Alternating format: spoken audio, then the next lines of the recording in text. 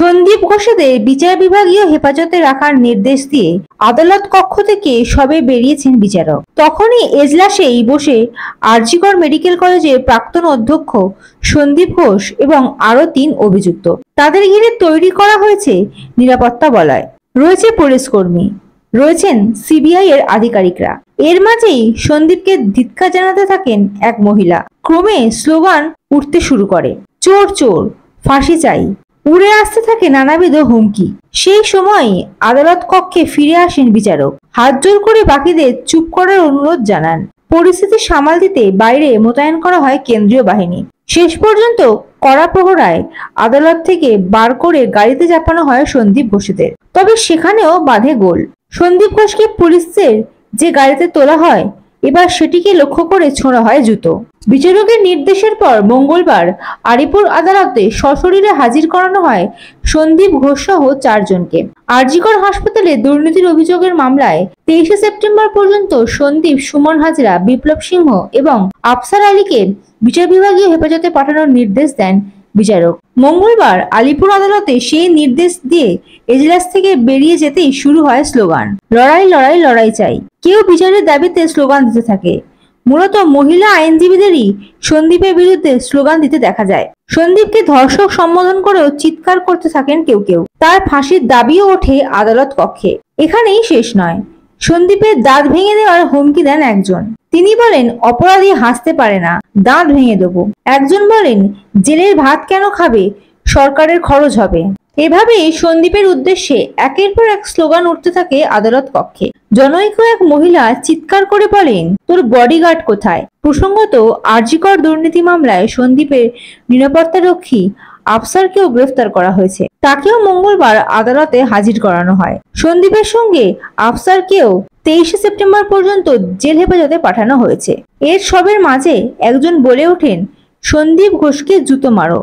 হইচইয়ের মাঝে আদালত কক্ষে ফিরে আসেন বিচারক। হাত জোর করে তিনি চুপ করার অনুরোধ করেন এবং বলেন, বাইরে করুন, এখানে নয়। সেই সঙ্গে এও জানান, শারীরিকভাবে কাউকে হেনস্থা করা চলবে না।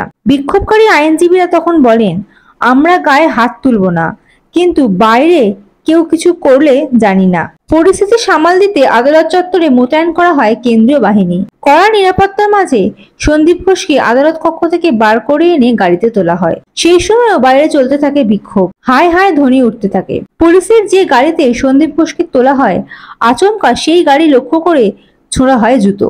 শেষ পর্যন্ত আদালত চত্বর থেকে সন্দীপ ঘোষদের বার করে নিয়ে যাওয়া হয়। যদিও তখনও আদালত চত্বরে চলতে থাকে বিক্ষোভ। স্লোগান দিতে থাকেন মহিলা আইনজীবীরা।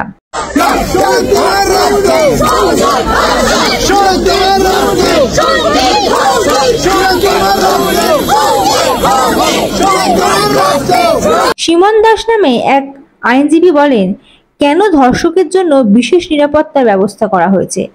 আমরা প্রতিবাদ করেছি বলে আমাদের আদালত কক্ষ থেকে বার করে দেওয়া হয়েছে। অন্য এক আইনজীবী ঈশা পাল বলেন, আদালতের যে দরজা দিয়ে বিচারকরা যাতায়াত করেন, সেখান দিয়ে সন্দীপকে বার করে নিয়ে আসা হয়েছে। কেন এই ব্যবস্থা? আমাদেরকে রীতিমতো ধাক্কা দিয়ে বার করে দেওয়া হয়েছে, রীতিমতো মহিলা প্রোটেকশন দিয়ে বার করে দেওয়া হয়েছে। আমাদের কোর্টরুমে আমরা জাস্টিস চাইছি, আমাদের এটা অধিকার। সেখানে পুলিশ প্রোটেকশন এভাবে আমাদেরকে ধাক্কা দিয়ে বার করে দিতে পারে না। মহিলা প্রোটেকশন রীতিমতো আমাদেরকে ধাক্কা দিয়ে টেনে হিঁচড়ে তাকে সন্দীপ ঘোষকে পেছনে গেটে বার করেছে। কিসের জন্য এত প্রোটেকশন? কিসের? যখন ঘটনাটা ঘটেছিল তখন সে কোথায় ছিল?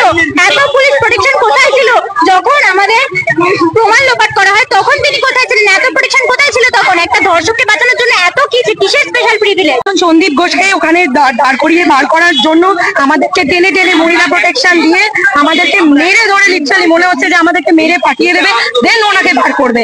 আমরা একটাই কথা বলছিলাম যে ওনাকে কোনো যে গেট দিয়ে জজ সাহেব ঢোকেন সেই গেট দিয়ে ওনাকে কোনো ধর্ষককে ওখান থেকে বার করা যাবে না, ওনাকে কোনো স্পেশাল প্রিভিলেজ দেওয়া যাবে না। কিন্তু দেওয়া হয়েছে ওনাকে, এত ফোর্স নিয়ে এত কিছু করে ওনাকে গেট দিয়ে বার করা হয়েছে। কেন বার করা হবে? কি লুকানোর চেষ্টা করা হচ্ছে? গত 23 সেপ্টেম্বর যখন আরজিকর মেডিকেল কলেজের প্রাক্তন অধ্যক্ষ সন্দীপ ঘোষকে আদালতে হাজির করেছিল সিবিআই, তখনও আদালতের সামনে বিশৃঙ্খলা তৈরি হয়েছিল। সন্দীপকে আদালত থেকে বার করার সময় শুরু হয়েছিল গোলমাল। চোর চোর চিৎকার করে একদল মানুষ সন্দীপের দিকে এগিয়ে যায়। সেই সময় কোনো একজন সন্দীপের মাথার পেছন থেকে চাটি মারেন বলে অভিযোগ ওঠে। Bureau report ND Bangla news. সবার আগে সব খবর, সঠিক খবর পেতে ফেসবুক পেজটি ফলো করে এবং ইউটিউব চ্যানেলটি সাবস্ক্রাইব করে রাখুন আর শেয়ার করতে ভুলবেন না।